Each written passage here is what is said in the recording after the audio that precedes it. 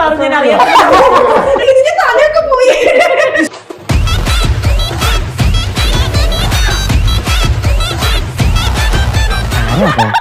ഇവിടുത്തെ ഏറ്റവും തലവെച്ച പിള്ളേരുടെ സംഘാണ് ടീം ഏഷ്യയിലെ. മെയിനായിട്ട് ഇപ്പം ഇന്നൊരു കണ്ടന്റ് ഇല്ലെങ്കിൽ എന്താ ചെയ്യുന്ന വെച്ച് കഴിഞ്ഞാൽ ഞങ്ങൾ അവരോട് ചായ കുടിക്കാൻ പോകും. പോയി വരുന്നവരൊക്കെ ആരെങ്കിലും എന്തൊരു മണ്ണത്തരം കാണിക്കും. അങ്ങനെ കിട്ടി. എനിക്ക് തോന്നുന്നു ഞാനും മിലനും ഒരുമിച്ചാണ് ഇന്റർവ്യൂ അറ്റൻഡ് ചെയ്യാൻ വേണ്ടിട്ട് വന്നത്. അന്ന് എനിക്ക് ഇവിടെ ഇഷ്ടമല്ല. അന്ന് എനിക്ക് ഇവിടെ ഇഷ്ടം.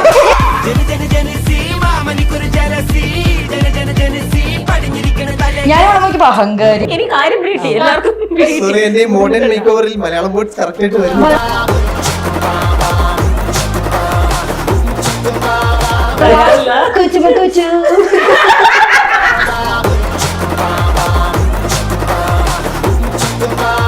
കാജലിന് ഒരു ദിവസം സങ്കടം വന്നിട്ട് ആളാണെങ്കിൽ കരഞ്ഞാകെ സീനായി അവർക്ക് ഒറ്റയ്ക്കിരിക്കാൻ കൊച്ചിയിലെ ഏറ്റവും പറ്റിയ സ്ഥലം കാജൽ സജസ്റ്റ് ചെയ്യും ലുലു മോൾ. ഫുഡ് കോർട്ടിലാണോ? ഇല്ല, പാരഗണ്ട്. ഒറ്റയ്ക്കിരുന്ന് കരയാൻ തോന്നിയപ്പോ എനിക്ക് പുറത്തൊക്കെ ചൂടായിരുന്നു. കരയുവാണോ? പെട്ടെന്ന് പാരഗൺ നമ്മൾ സ്ഥിരം IFFK പോകാറുണ്ട്. എന്നിട്ട് ഞാൻ പറഞ്ഞ ഫുഡൊന്നും കഴിച്ചിട്ടില്ല എന്ന് പറഞ്ഞാൽ പറഞ്ഞു, എടി നീ വന്നാലേ ഒരു കാര്യം ചെയ്യാം, നമുക്ക് എൻ്റെ ഒരു ഫ്രണ്ടിന്റെ വീടുണ്ട്, അവിടെ പോവാം, അവിടെ പോയി ഫുഡ് കഴിക്കാന്ന് പറഞ്ഞു. എത്തിക്കഴിഞ്ഞപ്പോ അവിടെ കുറെ ആൾക്കാരും ടാർപോളിനൊക്കെ നോക്കിയപ്പം ആ ഫ്രണ്ടിന്റെ അച്ഛന്റെ 16 അടിയന്തരത്തിന്റെ ഭക്ഷണം കഴിക്കാനാണ് ഈ മാനിൽ എന്നെ കൊണ്ടുപോയത്. ഈ തറവാട്ടിലെ ഇവർക്കൊക്കെ ഞാൻ ഒരു സ്ഥാനം കൊടുക്കാൻ പറഞ്ഞ എങ്ങനെ കൊടുക്കും? ഏട്ടായി എന്റെ ചേട്ടന്റെ വൈഫാവാൻ പോകുന്ന കുട്ടി. ഏട്ടന്റെ മനസ്സിലുണ്ട്, പക്ഷെ ചേച്ചിക്ക് മനസ്സിലില്ല. മുറപ്പെണ്ണ് ആ ഒരു സെറ്റപ്പില്ല.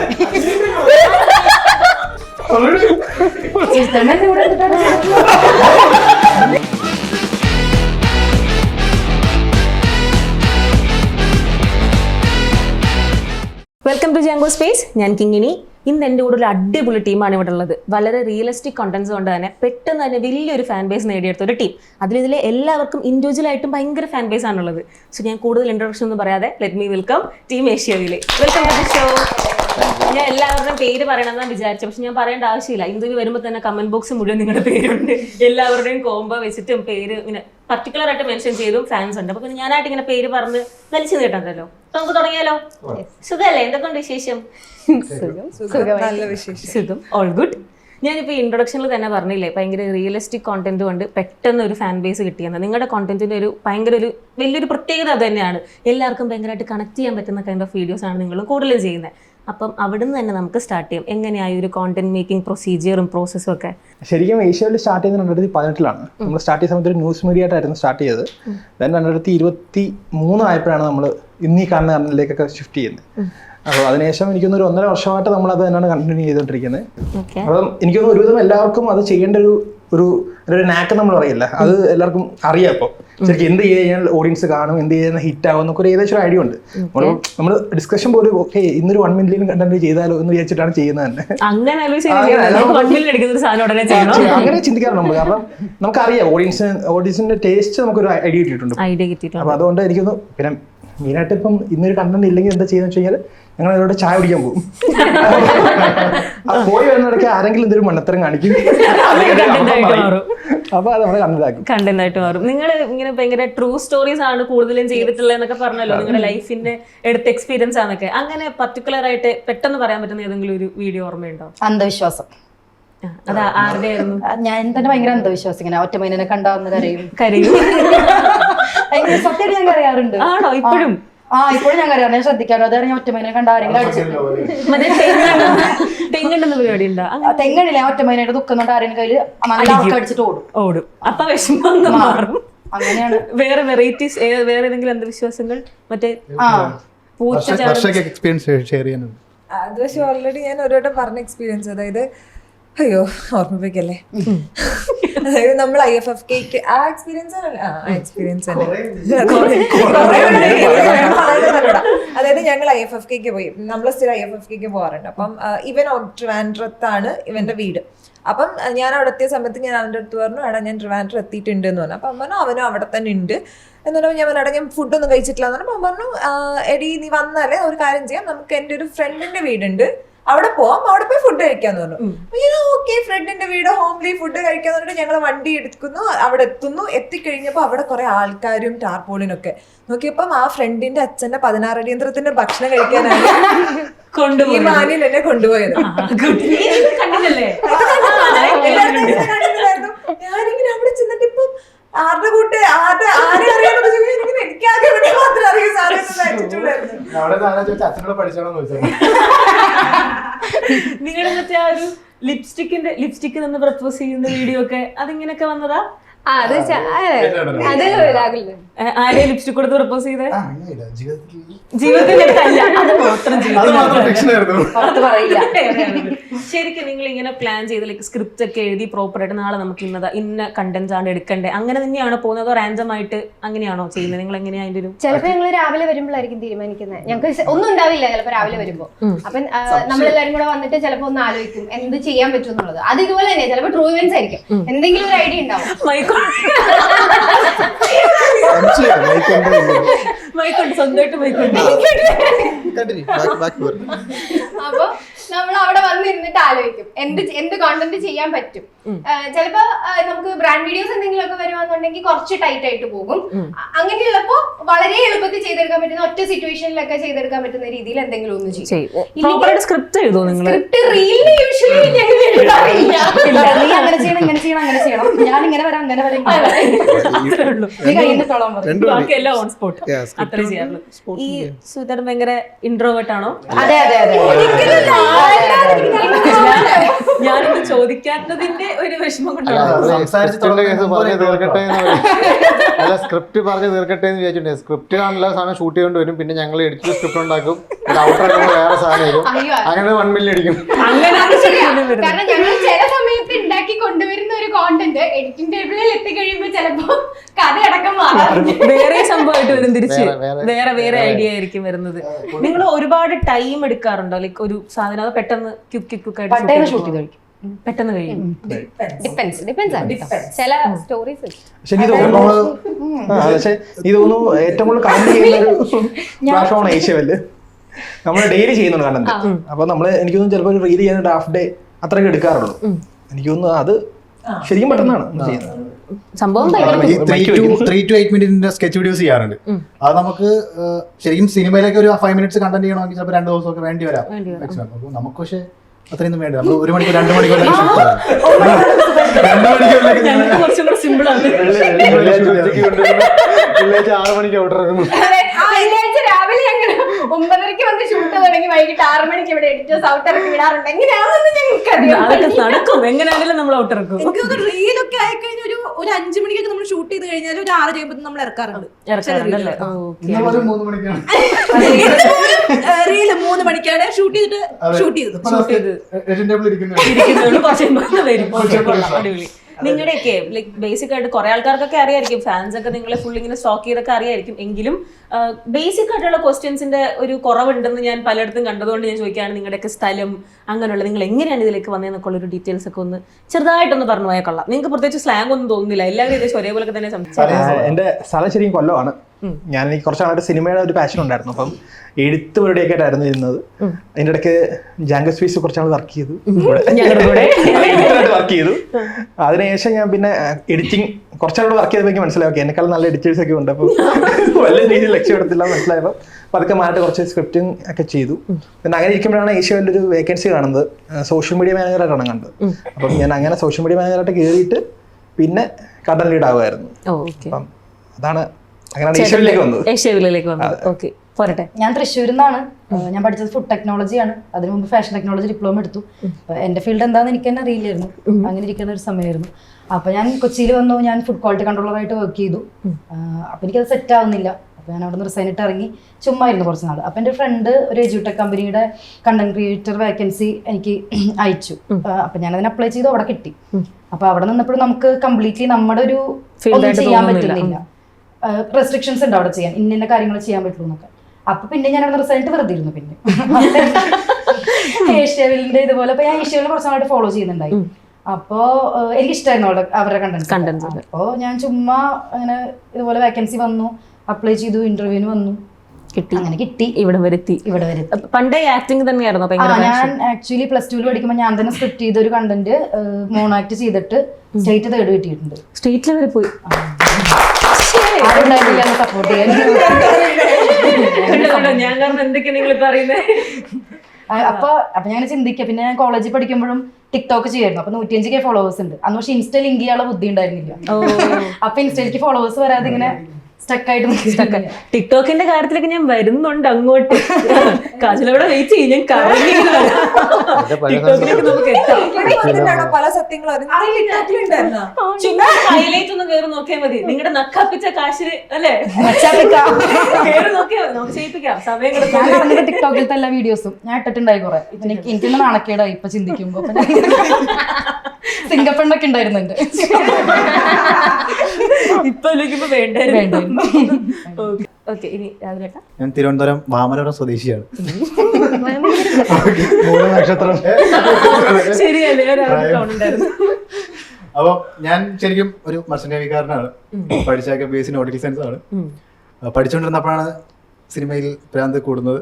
ആദ്യം മുതലേ അഭിനയമാണ്. ചെറുപ്പകാലം മുതലേ ഞാനൊരു സ്കൂളിൽ പഠിക്കുന്ന ടൈം മുതലേ സ്റ്റേജിലാണ് കൂടുതൽ. ക്ലാസ്സിൽ കയറുന്നതും കൂടുതൽ സ്റ്റേജിലാണ് കയറിയിട്ടുള്ളത്. മിമിക്രി, മോണോക്ട്, മൈമ്, ഡ്രാമ എന്നൊക്കെ പറഞ്ഞിട്ട് ഞാനും സ്റ്റേറ്റ് ലെവൽ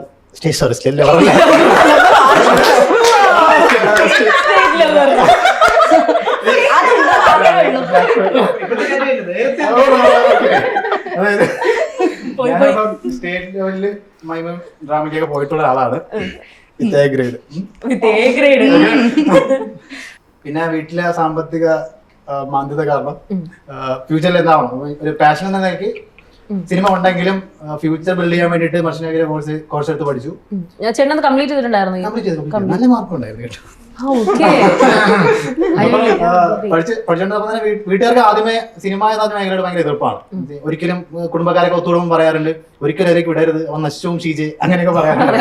അപ്പൊ അങ്ങനെ വീട്ടുകാർ ഇപ്പൊ പിന്നെ അത് തീരുമാനമല്ല. നശിച്ചല്ലോ. ഇപ്പൊ പിന്നെ വീട്ടുകാർ എന്നെ പറ്റി ചിന്തിക്കാറില്ല, അവൻ നശിച്ചു അവരങ്ങ് വിധി എഴുതി. അപ്പം അങ്ങനെ പഠിച്ചോണ്ടിരുന്നപ്പോഴാണ് ഞാൻ കൂടുതൽ സിനിമയുടെ സാധ്യതകൾ കൂടുതൽ അറിയുന്നത്. അങ്ങനെയാണ് സിനിമയെ പറ്റി ഈവൻ പഠിക്കാൻ ഒരു കോഴ്സ് ഉണ്ടോ തന്നെ ഞാൻ അവിടെ പഠിച്ചുകൊണ്ടിരുന്നപ്പോഴാണ് അറിഞ്ഞത്. അപ്പൊ എനിക്ക് റിഗ്രറ്റ് അടിച്ചു തുടങ്ങി, എന്തിനീ കോഴ്സ് എടുത്തു, സിനിമയെ പറ്റി പഠിക്കാൻ ഒരു മേഖല ഉണ്ടായിരുന്നു, അതിനെ പറ്റി തിരഞ്ഞെടുത്ത് അങ്ങനെ ആ ഡയറക്ഷനിൽ പോകാമായിരുന്നു എനിക്ക് ഇവിടെ പഠിക്കുമ്പോൾ റിഗ്രറ്റ് അടിച്ചു. അങ്ങനെ പഠിച്ചിറങ്ങി പാസ് ഔട്ട് ആയി. കോളേജ് സെലക്ഷൻ ഒക്കെ കിട്ടിയതാണ് കേട്ടോ, അത് വീട്ടിലറിയില്ല. കോളേജ് സെലക്ഷൻ കിട്ടി, പക്ഷെ ഞാൻ ജോയിൻ ചെയ്തില്ല. ഞാൻ തിരിച്ചു വന്നിട്ട് അവിടെ ഒരു വേറൊരു ചാനൽ ടീം കുഞ്ഞുട്ടു എന്ന് പറഞ്ഞൊരു ചാനലിൽ കണ്ടന്റ് ക്രിയേറ്റർ ആയിട്ട് കയറി. ബിഹേവിയർ ക്യാമറ ആയിരുന്നു കൂടുതൽ സ്ക്രിപ്റ്റ് എഴുതി കൊടുത്ത് അവർക്ക് വേണ്ടി വർക്ക് ചെയ്യുകയായിരുന്നു. പിന്നെ ഞാൻ വേറൊരു ടീമിനോട് പോയി. അവിടെ നിന്നപ്പോഴാണ് മഴവിൽ മനോരമയിലേക്ക് വരുന്നത്. ബമ്പർശ്ശേരി അതിന്റെയൊക്കെ ഐഡിയ ആയിട്ട് വന്നിട്ടുണ്ടായിരുന്നു. അതും കഴിഞ്ഞ് കുറച്ച് ഞാൻ ബോറടിച്ചപ്പോ ഞാൻ ഒരു സ്ഥലത്തും ഒരു വർഷത്തിൽ കൂടുതൽ വർക്ക് ചെയ്തിട്ടില്ല. എല്ലാ സ്ഥലത്തും 6 മാസം 7 മാസം ഒക്കെ ആകുമ്പോഴേ ഡ്രോപ്പ് ചെയ്തിട്ട് നെക്സ്റ്റ് മാച്ച് പറയുന്നത് തേടി പോകുന്നതാണ് പതിവ്. അപ്പൊ അങ്ങനെ നമ്മുടെ ഏഷ്യാവിൽ നിന്ന് ഒരു കാസ്റ്റിംഗ് കോൾ കാണുന്നത്. അത്രയും നാളെ എനിക്ക് ഏഷ്യാവിൽ എന്ന് പറഞ്ഞ ഒരു ന്യൂസ് പ്ലാറ്റ്ഫോം എന്ന നിലയ്ക്കായിരുന്നു അറിയാവുന്നതായിരുന്നു. അപ്പോൾ ഏഷ്യാവിൽസ് കണ്ടന്റ് ക്രിയേറ്റേഴ്സിനെ എടുക്കുന്നു അല്ലെങ്കിൽ ഒരു എന്റർടൈൻമെന്റിലേക്ക് സ്വിച്ച് ചെയ്യുന്നു എന്ന് പറഞ്ഞപ്പോൾ എനിക്ക് താല്പര്യം തോന്നി. ഞാൻ അങ്ങനെ ഇന്റർവ്യൂ അറ്റൻഡ് ചെയ്തു. അവരെ ഭാഗ്യം എന്ന് വേണമെങ്കിൽ പറയാം, എനിക്ക് സെലക്ഷൻ കിട്ടി. ഇപ്പൊ പ്രോമിനന്റ് ആയിട്ട് നിൽക്കുന്ന ഒത്തിരി ഇൻഫ്ലുവൻസേഴ്സ് ഒക്കെ അവരുടെയൊക്കെ ടീമിൽ പുള്ളി ആദ്യം അവരെ ഇത്രയും ഫോളോവേഴ്സും റീച്ചിലേക്കൊക്കെ ആവുന്നതിന് മുമ്പ് രാഹുൽ കണ്ടന്റ് ക്രിയേഷനും പരിപാടികളായിട്ട് വർക്ക് ചെയ്യുന്നുണ്ടായിരുന്നു. ബാക്കി പറയാം.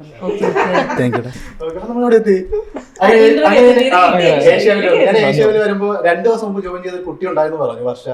2 ദിവസം മുമ്പ് ജോയിൻ ചെയ്തു, പക്ഷെ ആളവിടെ ഇല്ല. ഞാൻ ജോയിൻ ചെയ്യുമ്പോൾ 2 ദിവസം മുമ്പ് ജോയിൻ ചെയ്തു, ആളവിടെ ഇല്ല. കണ്ണിനെന്തോ പ്രശ്നം, ഹോസ്പിറ്റലായിരുന്നു. അങ്ങനെ ഞാനും വർഷയും കൂടെ ചേർന്നാണ് എന്റർടൈൻമെന്റിലേക്ക് ഉള്ള ഏഷ്യാവിലെ ചൂടുവയ്പ് ആരംഭിക്കുന്നത്. സന്തോഷം.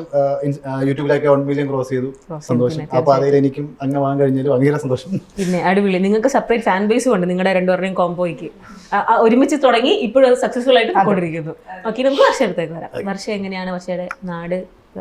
ഞാൻ പത്തനംതിട്ട സ്വദേശിയാണ്, പത്തനംതിട്ട റാന്നിക്കാരി. അതെ. അപ്പം ഞാൻ ഡിഗ്രി പഠിച്ചത് മാത്സ് ആണ്, PG പഠിച്ചത് സ്റ്റാറ്റിസ്റ്റിക്സ് ആണ്. അങ്ങനെ ഒരു വഴിയിലൂടെ പോകുമ്പോ മാത്സ് ഒക്കെ ഡിഗ്രി എനിക്കിഷ്ടമാണ്. മാത്സ് എനിക്ക് മാത്സ് ഫിസിക്സ് ഒക്കെ എനിക്ക് പാടാം, പക്ഷെ എനിക്ക് മാത്സ് ഭയങ്കര ഇഷ്ടം. 8+6+9 അങ്ങനൊക്കെ ചോദിക്കല്ലേ. എന്താ ചേച്ചി ഒന്നൊക്കെ ചോദിക്കാം.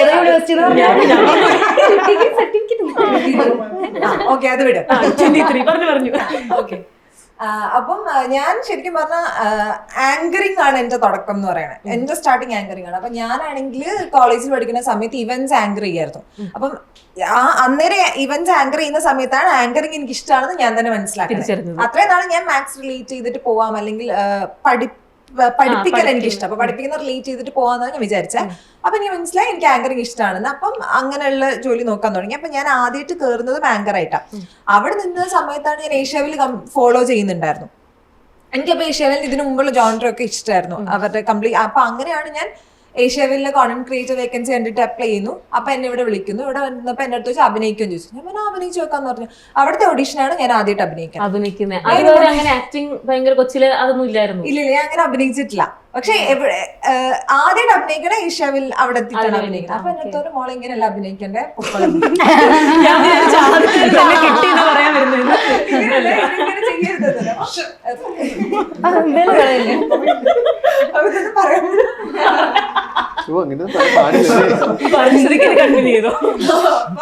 അന്ന് എൽസൺ ബിസ്വാസ് ആയിരുന്നു നമ്മളെ ഗൈഡ് ചെയ്തത്. അപ്പൊ ബിസ്വാസിന് പക്ഷെ എന്തോ ഒരു സാധനം സ്ട്രൈക്ക് ചെയ്തിട്ട് ആള് പറഞ്ഞു അങ്ങനെയാണ് എന്നെ വിളിക്കണേ. എന്നെ വിളിക്കണ സമയത്ത് എനിക്ക് ആക്ടിങ് എക്സ്പീരിയൻസ് ഉള്ളത് കൊണ്ടല്ല എന്നെ വിളിക്കണേ. ഞാൻ അവിടെ വന്ന് മോൾഡായ ആളാണ്. അത് ശരിക്കും പറഞ്ഞാൽ അതിന്റെ വലിയൊരു അപ്ലോഡ്സ് പോകുന്നത് എൽസൺ ബിസ്വാസിനും രാഹുൽ ചന്ദ്രനുമാണ്. കാരണം അപ്പൊ ശരിക്കും പറഞ്ഞാൽ ഇവരാണ് അവിടെ വന്ന് എനിക്ക് ശരിക്കും പറഞ്ഞാൽ എന്നെ ഗൈഡ് ചെയ്ത്, നമ്മള് മെന്റർ എന്നൊക്കെ പറയില്ലേ, എനിക്ക് അങ്ങനെ 2 മെന്റേഴ്സ് ആയിരുന്നു ഇവര് 2 പേര്. അപ്പൊ അങ്ങനെ വന്ന് മോൾഡായി വന്നു. പിന്നെ ഒരു പോയിന്റിൽ എനിക്കിത് ഇഷ്ടപ്പെടാൻ തുടങ്ങി. ഇപ്പൊ എനിക്ക് ഭയങ്കര ഇഷ്ടമാണ്. ഇപ്പം ആക്ടിങ് എന്ന് പറഞ്ഞാൽ എനിക്ക് ഭയങ്കര ഇഷ്ടമാണ്. Okay, let me ask. ഈ പറഞ്ഞ മാത്സ് ഇഷ്ടപ്പെട്ട് ടീച്ചിങ് അങ്ങനത്തെ കാര്യങ്ങളൊക്കെ ഇഷ്ടപ്പെട്ട് ഇപ്പൊ ഏഷ്യാവിലയിൽ ഇങ്ങനെ ആക്ടിങ് കണ്ടിന്യൂ ചെയ്യുന്നു. ബയോയില് കൊടുത്തിട്ടുണ്ട് കറന്റ്ലി ഡ്രീമിംഗ് ഒന്നോ അങ്ങനൊന്നും അല്ല കൊടുത്തിരിക്കുന്നത്. എന്താണ് അപ്പൊ ഇപ്പൊ കറന്റ്ലി ഉള്ള ഡ്രീമിംഗ്?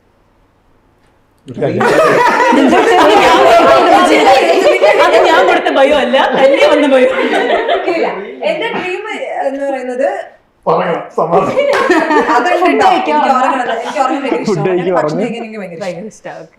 അതല്ലാണ്ട് ഡ്രീം എന്ന് പറയുമ്പോൾ എനിക്ക് നല്ല നല്ല ക്യാരക്ടേഴ്സ് ചെയ്യണം.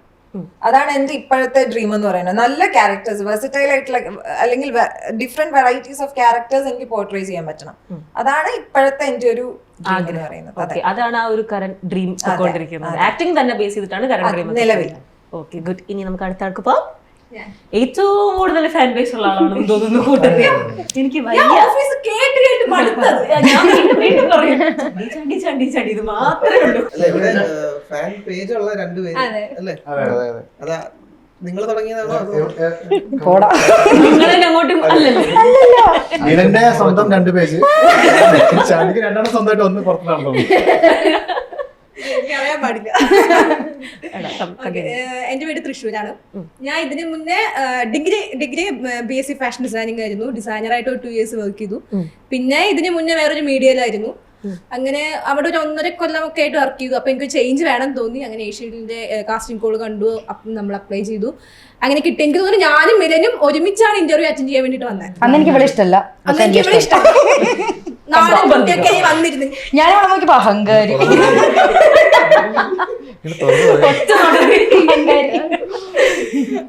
അങ്ങനെ അവിടെ വന്നു. അതിന് മുന്നേ ഞാൻ ഷോർട്ട് ഫിലിംസ് അങ്ങനെയൊക്കെ ചെയ്തിട്ടുണ്ടായിരുന്നു. അപ്പൊ അതിന്റെ കുറച്ച് എക്സ്പീരിയൻസ് ഒക്കെ ഉണ്ടായിരുന്നു. ആക്ടിങ് ഇഷ്ടമാണ്.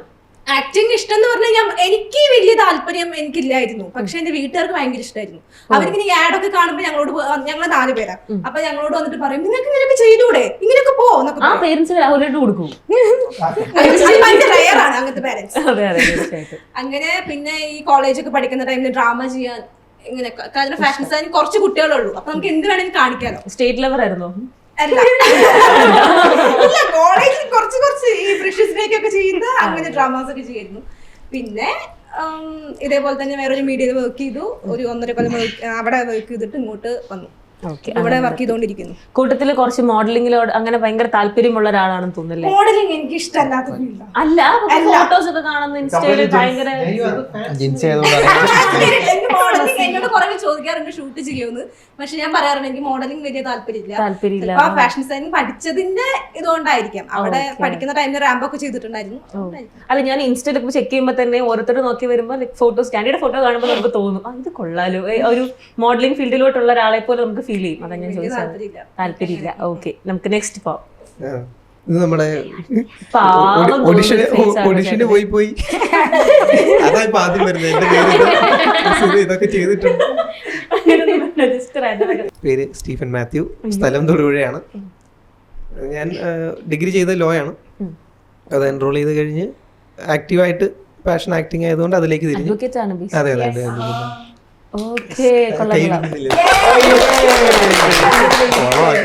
അല്ല, വയലിൻ അങ്ങനൊക്കെ ഉള്ള കാര്യങ്ങൾ നമുക്ക് അറിയാമെങ്കിലും അറിയില്ലായിരുന്നു. വയലിൻ സ്കൂളിലായിരുന്നപ്പം പഠിച്ചതാണ്. അമ്മയുടെയും പഠിപ്പിക്കാൻ വന്ന സാറ് ഭയങ്കര ഡെഡിക്കേറ്റഡ് ആയിരുന്നു. അപ്പോൾ അവരുടെ രണ്ടുപേരുടെയും ഒക്കെ നിർബന്ധത്തിൽ പഠിച്ചെടുത്തതാണ് വയലിൻ.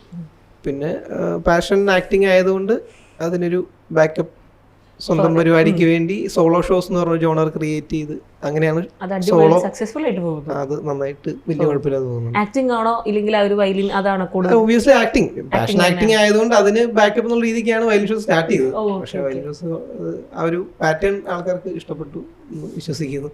ഇഷ്ടപ്പെട്ടു തീർച്ചയായിട്ടും. പിന്നെ ഷോർട്ട് ഫിലിംസ് ചെയ്തു തുടങ്ങി കോളേജിലായിരുന്നപ്പോൾ. അത് ഒരു സൈഡിൽ കൂടെ അത് നടന്നുകൊണ്ടിരുന്നു. ഓഡിഷൻസ് അറ്റൻഡ് ചെയ്യുന്നു. രാഹുലും ഞാനും ഇതൊക്കെ തന്നെ അതെ ഒരേ പാതയിൽ തന്നെ ഓഡിഷൻസ് എല്ലാം അറ്റൻഡ് ചെയ്യും. അങ്ങനെ കുറെ നാള് കഴിഞ്ഞ് എറണാകുളത്തുണ്ടായിരുന്നു. ഒരു എന്നാൽ പിന്നെ എന്തായാലും ഫുൾ ടൈം ഇവിടെ ഉണ്ട്. അപ്പോൾ ഒരു വർക്ക് കൂടെ ഇത് റിലേറ്റഡ് ആയിട്ടുള്ള ആക്ടിങ് അല്ലെങ്കിൽ ഫിലിം റിലേറ്റഡ് ആയിട്ടുള്ള ഒരു ജോലി കൂടെ ചെയ്യാം എന്നോർത്ത് നോക്കുമ്പോഴാണ് ഏഷ്യാവിലിൻ്റെ കോള് കണ്ടത്. അങ്ങനെ അപ്ലൈ ചെയ്തു. അവിടെ ചെന്നു. എനിക്ക് അന്ന് സുജിത്തില്ല, ഞാനില്ല, നിമലേട്ടനുണ്ട്. നിമൽ ചേട്ടൻ പാർവതിയാണെന്ന് തോന്നുന്നു. അതെ അതെ, പാർവതിയൊക്കെയാണ്. എനിക്ക് തോന്നുന്നു അവിടെ ഫസ്റ്റ് ഇന്റർവ്യൂ വന്ന് അറ്റൻഡ് ചെയ്ത നീയാ തോന്നുന്നു അല്ലേ? ഞങ്ങളൊക്കെ മുന്നേ നീയല്ലേ പറഞ്ഞത്? എന്നിട്ട് ലാസ്റ്റ് വന്നത് നീയാ.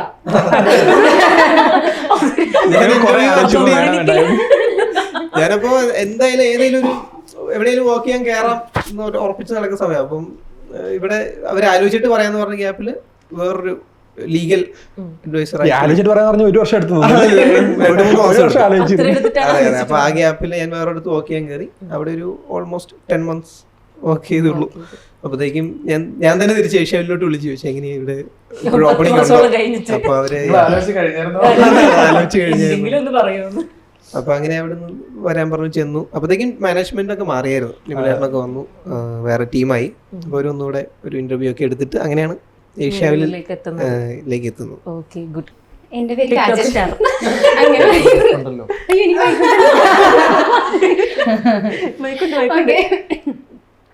ഞാൻ ബേസിക്കലി ഒരു തൊടുപുഴക്കാരിയാണ്. ഞാൻ രണ്ടുപേരും തൊടുപുഴയല്ലേ? ഇവിടെ വന്നിട്ട് അറിഞ്ഞത്. ആണോ? അതെ, ഏകദേശം അതെ ഏകദേശം ഞാൻ ടിക്ടോക്ക് കാണാറില്ലായിരുന്നു, അതുകൊണ്ട് എനിക്ക് കാജലിനെ അറിയില്ല. കാജലിനെ എന്നെ പറയും ഇട്ട് കൊടുത്തു. പറയാതെ വെച്ചിരിക്കുന്ന കാര്യമായിരുന്നു. പറയാതെ ഹൈലൈറ്റിൽ ഇട്ട് വെച്ചിരിക്കുന്ന കാര്യമായിരുന്നു. ആ കഥ പറഞ്ഞു പറയാതെ അതിലൊരു കഥ ഞാൻ പറയാം. അതായത് കാജലിന് ഒരു ദിവസം സങ്കടം വന്നിട്ട് ആള് നേരത്തെ വർക്ക് ചെയ്ത ഓഫീസിൽ സങ്കടം വന്നിട്ട് ആളാണെങ്കിൽ കരഞ്ഞ് ആകെ സീനായി അവർക്ക് ഒറ്റയ്ക്കിരിക്കാൻ കൊച്ചിയിൽ ഏറ്റവും പറ്റിയ സ്ഥലം കാജൽ സജസ്റ്റ് ചെയ്യും ലുലു മോൾ. അവള് നേരെ ഒറ്റയ്ക്കിരിക്കാൻ പോയി ലുലുവിലിരുന്നു.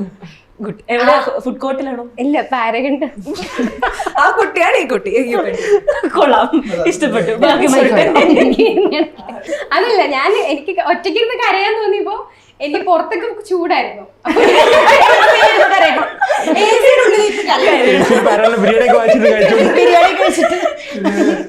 പിന്നെ എനിക്ക് ഫുഡ് വാങ്ങിച്ചു തന്നാൽ എനിക്ക് മാറും. അപ്പൊ പിന്നെ എന്റെ ഫ്രണ്ട് ഉണ്ട് കൃഷ്ണ, അവള് വന്നിട്ട് എനിക്ക് ഫുഡൊക്കെ വാങ്ങിച്ചു തന്നു.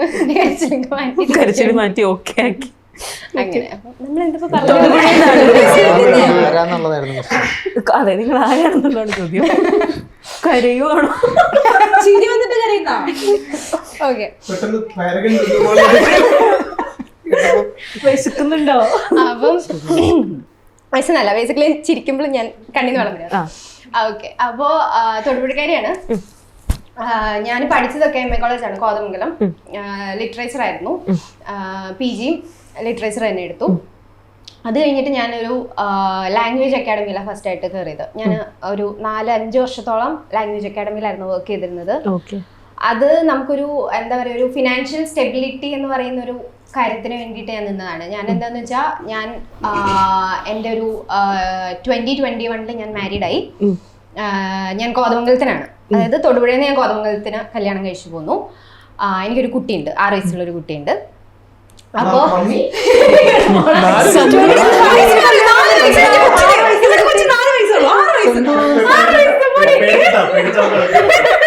രണ്ടാമത്തെ കൊച്ചിന് 6 വയസ്സ്.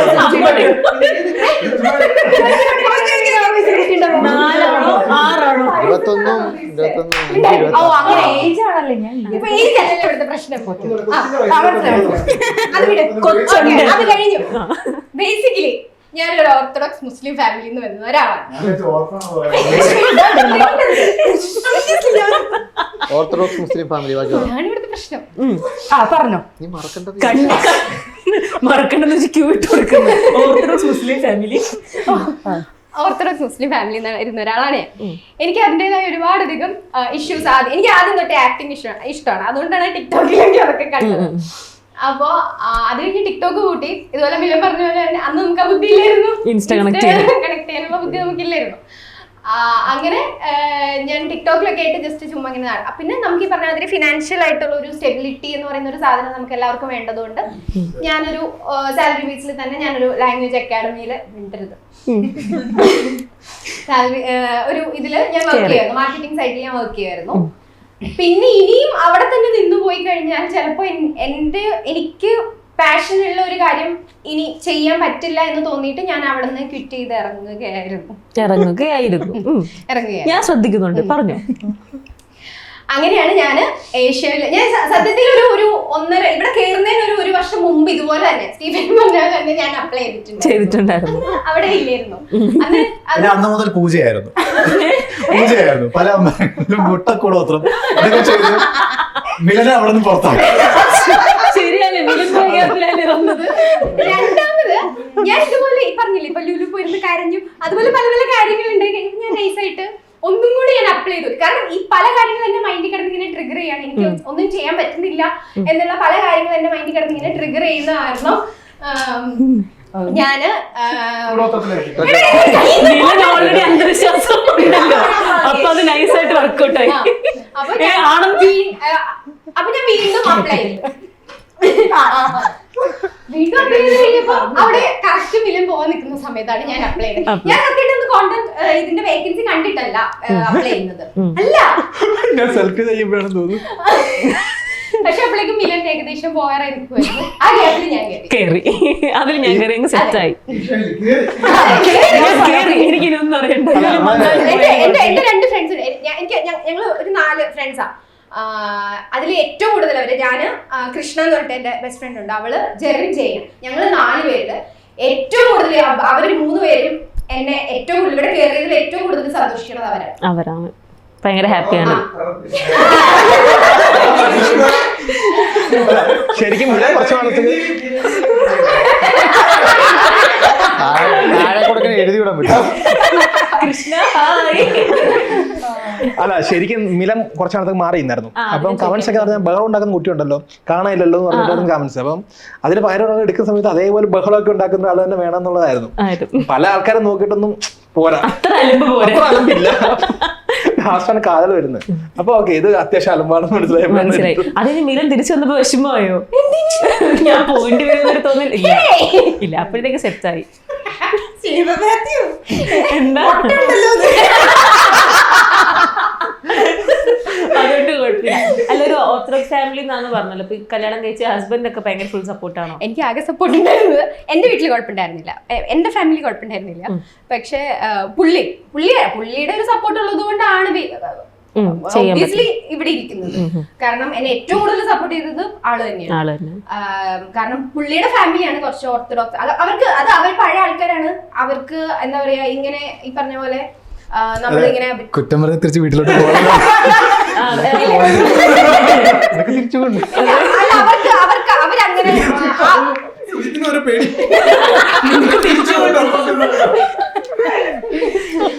അവരങ്ങനെ അവരങ്ങനെ ആ ഒരു നാട്ടില് കോതമംഗലം കുറച്ച് ഉള്ളിലേക്കുള്ള ഒരു നാട്ടില് ആണ് അവരെല്ലാവരും. അപ്പൊ അധികം എനിക്ക് തോന്നുന്നു ഇങ്ങനെ ഒന്നും ഫാമിലിന്ന് അധികം പോയിട്ടില്ല. അതും കയറി വന്ന പെൺകുട്ടികളൊന്നും അങ്ങനെ പോയിട്ടില്ല. അതിൻ്റെതായ കുറച്ച് റെസ്ട്രിക്ഷൻസ് ആദ്യ സമയത്തുണ്ടായിരുന്നു.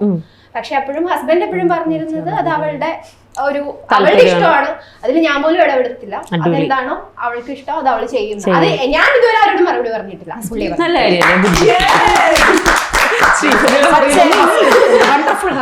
കാജലും ലൈക് മാരീഡ് ആണെന്ന് പോലും അധികം ആൾക്കാർക്ക് അറിയില്ലെന്ന് തോന്നുന്നു. എന്താ ഹസ്ബൻഡിന്റെ ബർത്ത്ഡേ നൈറ്റ് പോകുന്ന വീഡിയോ അങ്ങനെ എന്തൊരു റീൽ ഇട്ടത് താഴെ കല്യാണം കഴിച്ചതാണോ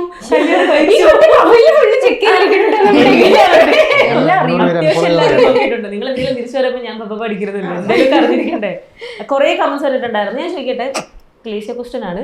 ബാക്കി എല്ലാവരുടെയും like relationship status, marital status, കല്യാണം കഴിച്ചത്, സിംഗിൾ, പ്രൗഡ്ലി സിംഗിൾ ആണ്. പക്ഷെ കണ്ണൂർ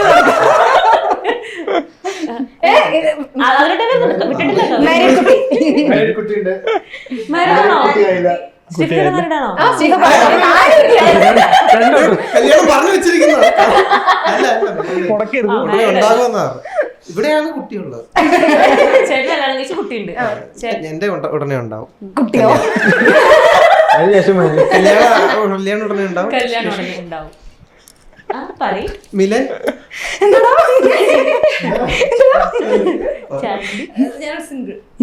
ഞങ്ങൾ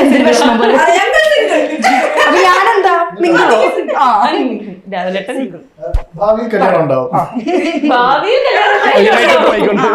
എന്റെ കല്യാണം ഉറപ്പിച്ചിട്ടാണ് ഞാൻ ഏഷ്യയിലേക്ക് തന്നെ വരുന്നത്. ഏഷ്യയിലേക്ക് എത്തുന്നത്. Okay okay okay. നമുക്കിനി ഇവിടുത്തെ ഡീറ്റെയിൽസ് കിട്ടിയില്ല. പറട്ടെ. ഹായ്, എൻ്റെ പേര് സുജിത് ദിനേഷ്. സുജിത് ബി എന്നെല്ലാം വിളിക്കും. സുജിത് ബി. ഞാൻ ഇംഗ്ലീഷാണ് പഠിച്ചത്. അതിനുശേഷം കുറച്ച് നാള് VFX വർക്ക് ചെയ്യുന്നുണ്ടായിരുന്നു. അതിനെ എഡിറ്റിംഗ് ആയിട്ട് ഇതേപോലെ മീഡിയയിൽ സിനിമ പ്രാന്തിൽ വർക്ക് ചെയ്യുന്നുണ്ടായിരുന്നു 3 വർഷം. അതിനുശേഷം അവിടെ ഇരുന്നുകൊണ്ട് ഇവിടെ കണ്ടന്റ് ക്രിയേറ്ററിനെ അപ്ലൈ ചെയ്തു. ഇവര് വിളിച്ചില്ല. എഡിറ്ററായിട്ടല്ല, കണ്ടന്റ് ക്രിയേഷൻ അപ്ലൈ ചെയ്തു. ഇവര് വിളിച്ചില്ല. അത് കഴിഞ്ഞിട്ട് ഇവിടെ എഡിറ്ററിന് കൊടുത്തു. പിറ്റേ ദിവസം വിളിച്ചു. അപ്പൊ പോയപ്പോ എഡിറ്ററായിട്ടും കിട്ടി, ഒരു ആക്ടറായിട്ടും വെച്ചു. നിങ്ങളെ പൊതുവെയുള്ള സംഭവം ആരും മിച്ച ഉടനെ വിളിക്കത്തില്ല. എല്ലാവർക്കും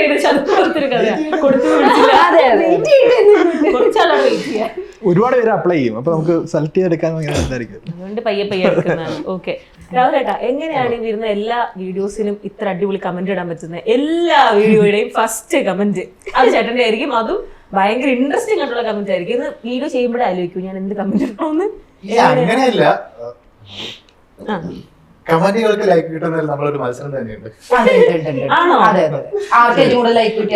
കമന്റ് ലൈക്ക് കിട്ടുന്നത് ചാണ്ടി അറിഞ്ഞിട്ട് പോലും ഇല്ല. ചാണ്ടിയുടെ ആവശ്യം, ചാണ്ടി ഏത് കമന്റ് ഇട്ടാലും 1000 ലൈക്ക് എന്തായാലും ഉണ്ടാവും. ഫാൻസ് അസോസിയേഷൻ അത്ര ഞങ്ങളൊക്കെ സ്ട്രഗിൾ ചെയ്യുന്നുണ്ട് ഫോളോവേഴ്സിനെ കയറ്റാൻ വേണ്ടി ഒരു കമന്റ് ഇട്ട്. അതിന്റെ ഉള്ളൊരു നീക്കം. അപ്പൊ ഇൻട്രസ്റ്റ് കമന്റ് നേരത്തെ അത് തിരഞ്ഞുപിടിച്ച് ഞങ്ങൾ പ്രൊഫൈൽ വിസിറ്റ് ചെയ്യും, അങ്ങനെ ഫോളോ ചെയ്യും. അങ്ങനെ അതിന് വേണ്ടി ടാക്ടിക്കൽ അപ്രോച്ച് ആണ് ഞാൻ ചെയ്യുന്നത്. ഇവിടെ എങ്ങനെയാണെന്ന് എനിക്കറിയില്ല. അതുകൊണ്ടാണ് എല്ലാത്തിനും ഭയങ്കര ക്രൂക്കഡാണ്. ഓക്കെ, നിങ്ങളുടെ ആരാ മറ്റേ ഏഷ്യാവിലി എന്ന് പറയുന്നത് ഒരു തറവാട് പോലെയാന്ന് പറഞ്ഞത്? തറവാട്. ഈ തറവാട്ടിലെ ഇവർക്കൊക്കെ ഞാൻ ഒരു സ്ഥാനം കൊടുക്കാൻ പറഞ്ഞാൽ എങ്ങനെ കൊടുക്കും? ഒരു തറവാടിലുള്ള അച്ഛനും ഏട്ടായി എന്റെ ചേട്ടൻ അങ്ങനെയാണല്ലോ. ചേട്ടന്റെ വൈഫാവാൻ പോകുന്ന കുട്ടി ഭംഗിയായിട്ട് പറയുമെങ്കിൽ നമുക്ക് അത് കണ്ടന്റ് അടിച്ചു പിരിയും. ഏട്ടന്റെ മനസ്സിലുണ്ട്, പക്ഷെ ചേച്ചിക്ക് മനസ്സിലില്ല. മുറപ്പെണ്ണ് ആ ഒരു സെറ്റപ്പിൽ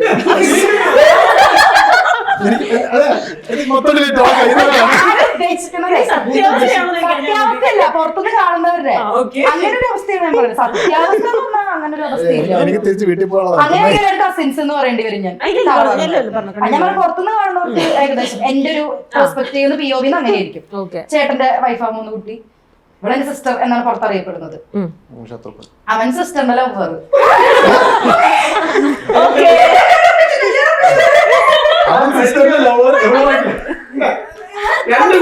രണ്ട് കുടുംബം കൊളമാക്കി. കാജലിന്റെ കാര്യത്തിൽ ഓർത്തഡോക്സ് സുജിത്ത് കൊച്ചിന്റെ മരുന്ന് കാര്യം ഇപ്പൊ അറിയാം. സുജിത്ത് ആരാ നിനക്ക് പറ. ചിത്രങ്ങൾ ഇവിടെ എന്നിട്ടാണ് എന്റെ കൂടെ ഏത് റീൽ എന്താ ചെയ്തിട്ടുള്ളത്?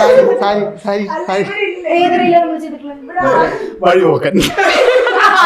വഴിപോക്കൻ.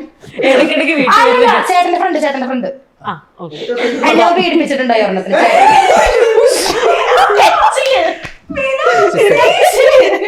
അതിന് ഫ്രണ്ട് പോലീസി പോലെ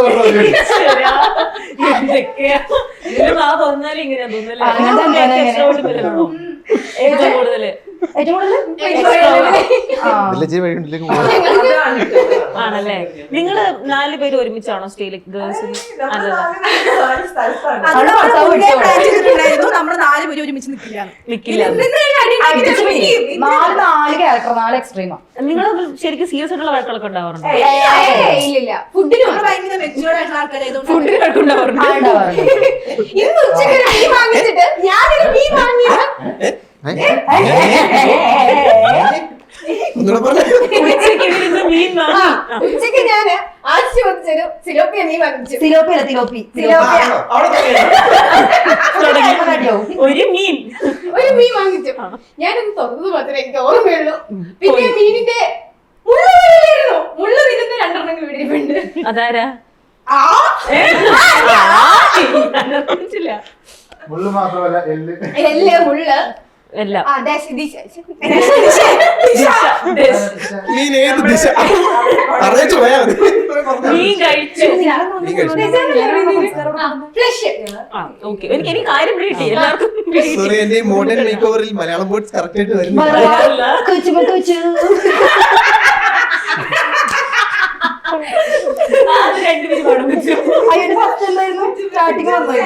അങ്ങനെയാ സ്റ്റാർട്ടിങ് എന്തോ ഉണ്ട്, അത് കഴിഞ്ഞിട്ട് സ്റ്റാർട്ടിങ് കുച്ചുമക്കുച്ചു, അത് കഴിഞ്ഞിട്ട് ട്രാൻസിഷൻ നിങ്ങളുടെ കൂട്ടത്തില് ഈ പറഞ്ഞ ആക്ടിങ് അല്ലാതെ ഡാൻസ് പാട്ട് പറഞ്ഞു, അതും അഭിനയം ബന്ധപ്പെട്ടാണല്ലോ സ്റ്റേറ്റ് ലെവലൊക്കെ ആയത്. അതല്ലാതെ നിങ്ങൾക്ക് ഡാൻസ് പാട്ട് അങ്ങനെയുള്ള കാര്യങ്ങൾ ഡാൻസർ 15 കൊല്ലം. ക്ലാസ്സിലാണോ? ഞാൻ രചന നാരായണൻകുട്ടിയുടെ ശിഷ്യൻ, രചനേച്ചിയുടെ ശിഷ്യയായിരുന്നു. ഭരതനാട്യമാണോ? ഭരതനാട്യം, കുച്ചിപ്പുടി, മോഹിനിയാട്ടം, ഫോക്ക്, പിന്നെ ഇനി കണ്ടംപററി പോകണമെന്ന് എനിക്കുണ്ട്. പിന്നെ ഞാൻ പാട്ട് പഠിച്ചിട്ടുണ്ട് 2 കൊല്ലം. പിന്നെ ഞാനും സാറും നമ്മൾ ടെൻസ് ശരിയാവും. കാരണം ഞാൻ ക്ലാസ്സിലിരിക്കുമ്പോ ചേട്ടന്മാരെ വിളിക്കുമ്പോ ഞാൻ മാങ്ങ പറിക്കാൻ പോകും. അങ്ങനത്തെ പ്രശ്നങ്ങളൊക്കെ എനിക്ക് ഞാൻ പോയിരിക്കും. അതങ്ങനെ. പിന്നെ ഗിറ്റാർ മറ്റേ വാരണമായിരം ഇറങ്ങിയപ്പോ സൂര്യയുടെ ഗിറ്റാർ കണ്ടിട്ട് 10th പാസ് ഗിറ്റാർ വേണമെന്ന് പറഞ്ഞു. അങ്ങനെ ഗിറ്റാർ വാങ്ങിച്ചു. ഞാൻ തൃശ്ശൂർ ജവഹർ ബാലഭവനിൽ ഗിറ്റാർ പഠിക്കാൻ പോയി 1 മാസം. പിന്നെ നഖം വെട്ടണം എന്നുള്ളൊരു കാര്യം കൊണ്ട് ഞാൻ നിർത്തി പോന്നു. അത് വേണ്ട, ട്രെയിനിൽ പോയി വരുമായിരുന്നു. തൃശ്ശൂരിൽ സൂര്യ പിടിക്കുന്നേ.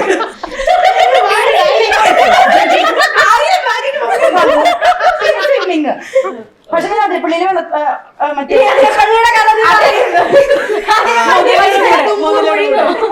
തുമ്പൂർ മൊഴി അവിടെ ഞാൻ നീന്താൻ ഇറങ്ങിയപ്പോ ഞാൻ മുങ്ങിപ്പോയി. 2000 രൂപ കൊടുത്ത് ഞാൻ നീന്തൽ പഠിച്ചിട്ട് വന്നതാ. മുങ്ങിപ്പോയി. പഠിച്ചു ഞാൻ നീന്താൻ ഇറങ്ങിയപ്പോ. അമ്പലക്കുളത്തിലൊക്കെ ചടങ്ങി ഒരാളുടെ കഴിവ് കേട്ട് തന്നെ 1 മണിക്കൂർ ബാക്കി നിങ്ങൾക്കൊക്കെ ഡാൻസ് പാട്ട്? ഞാനും പഠിച്ചിട്ടുണ്ട്. ഡാൻസ് ആണോ? മോഹിനിയാട്ടം മാത്രം. അത്ര ഒന്നുമില്ല കേട്ടോ, മോഹിനിയാട്ടം മാത്രം. അത്ര ഇതില്ല. അത് +2 ഭരതനാട്യം. ട്രൈ ചെയ്യണം കേട്ടോ. ഞാന് +2 സ്കൂളിൽ നിന്ന് ഓവറോൾ അടിക്കാൻ വേണ്ടിട്ട് ജില്ലക്ക് വേണ്ടിട്ട് ഭരതനാട്യം കളിക്കാൻ പറ്റും. വർഷം ഞെട്ടിയിരിക്കുന്നു. നോക്ക് എന്നോട് ചുമ്മാ ഞാൻ 1 തൊട്ട് 4 വരെ, ഫസ്റ്റ് സ്റ്റാൻഡേർഡ് 4th സ്റ്റാൻഡേർഡ് വരെ ഡാൻസ് പഠിച്ചിട്ടുണ്ട്. കൊള്ളാം. ഡാൻസ് ചെയ്യുന്നതായിരിക്കുമല്ലോ. ചെന്നൈയിൽ അരങ്ങേറ്റം കഴിഞ്ഞ ആളാണ്.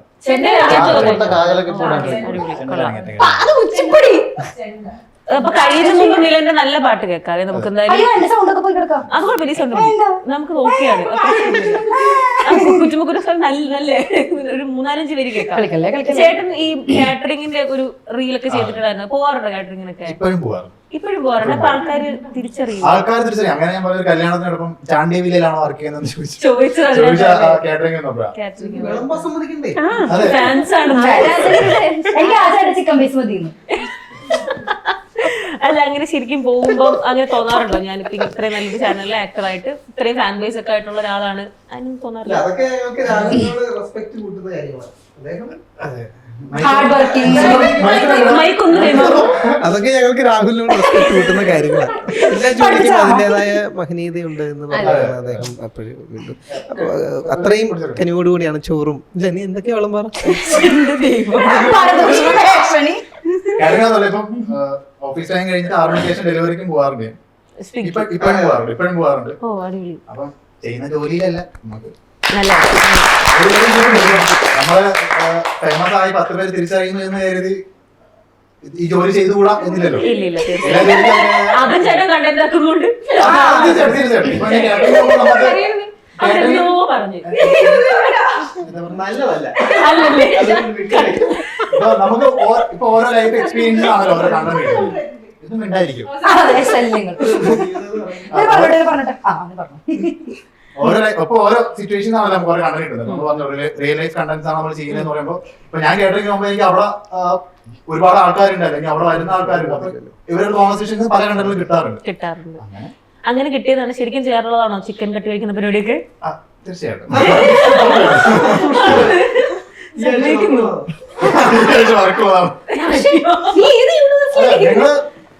വർഷ ഞാൻ പറഞ്ഞുതരാം. ഭരതനാട്യം അല്ലേ? എങ്ങനെയായിരുന്നു അവിടെ നിന്ന് വിട്ടു വരാൻ പറ്റിയിട്ടില്ല. ഓക്കെ. ഡെലിവറിക്ക് പോകുമ്പോഴായിരുന്നാലും പല വീടുകളിലും പല എക്സ്പീരിയൻസ് ആണ് ഉണ്ടാവുന്നത്. തിരിച്ചറിഞ്ഞ് സംസാരിക്കാനാണോ ഡെലിവറിക്ക് കൊടുക്കാൻ ചെല്ലുമ്പോ? ചില സ്ഥലങ്ങളിൽ ഡെലിവറി കൊടുക്കുമ്പോൾ ഏറ്റവും കൂടുതൽ സെൽഫി ഒക്കെ എടുത്തിട്ടാണ് വിടാറ്. ആണോ? അയ്യോ അടിപൊളി, കൊള്ളാം. സുധേട്ടാ ഈ സുധേട്ടാ ഉണ്ടെന്നൊന്നുമില്ല. ചേട്ടനല്ലേ ശരിക്കും ഇവരിങ്ങനെ മേച്ചോണ്ട് പോകുന്ന ഒരു പെണ്ണ് അല്ലേ? കറക്റ്റ് വാക്കാണല്ലേ? അപ്പൊ കറക്റ്റ് ആളെടുത്ത് തന്നെ ചോദിക്കട്ടെ, ഭയങ്കര ബുദ്ധിമുട്ടാണ് ഇവരിങ്ങനെ കൊണ്ട് നടക്കാൻ? ഞങ്ങളെ ഓഫീസിലെ ക്യാബിനിൽ ഇരുത്തിയിട്ട് സീറ്റ് വരെ മാറ്റി ഇരുത്തിയിട്ടുണ്ട് ഈ മനുഷ്യൻ. സ്കൂളിലേക്ക് പോലെ കയ്യിരിപ്പതാണ് എന്റെ ഒരു സീറ്റ് തന്നെ മാറ്റിയെടുത്തേണ്ടി വന്നിട്ടില്ല. സ്കൂളുള്ളവരെയായിരിക്കും മാറ്റിയിരുത്തുന്നത്. ഇവിടെ മാറ്റിയായിരുന്നു. ശരിക്കും ഇവരെ എങ്ങനെയാണ്? അതായത് ഒന്നെങ്കിൽ വർത്തമാനം പറഞ്ഞുകൊണ്ടിരിക്കും, അല്ലെങ്കിൽ പെട്ടെന്ന് കാണാതാവും. പിന്നെ അന്വേഷിക്കണമെങ്കിൽ ചായക്കടയിൽ പോകണം. ഒന്ന് കണ്ണു തെറ്റി കഴിഞ്ഞാൽ ചായക്കട പോയിരിക്കും.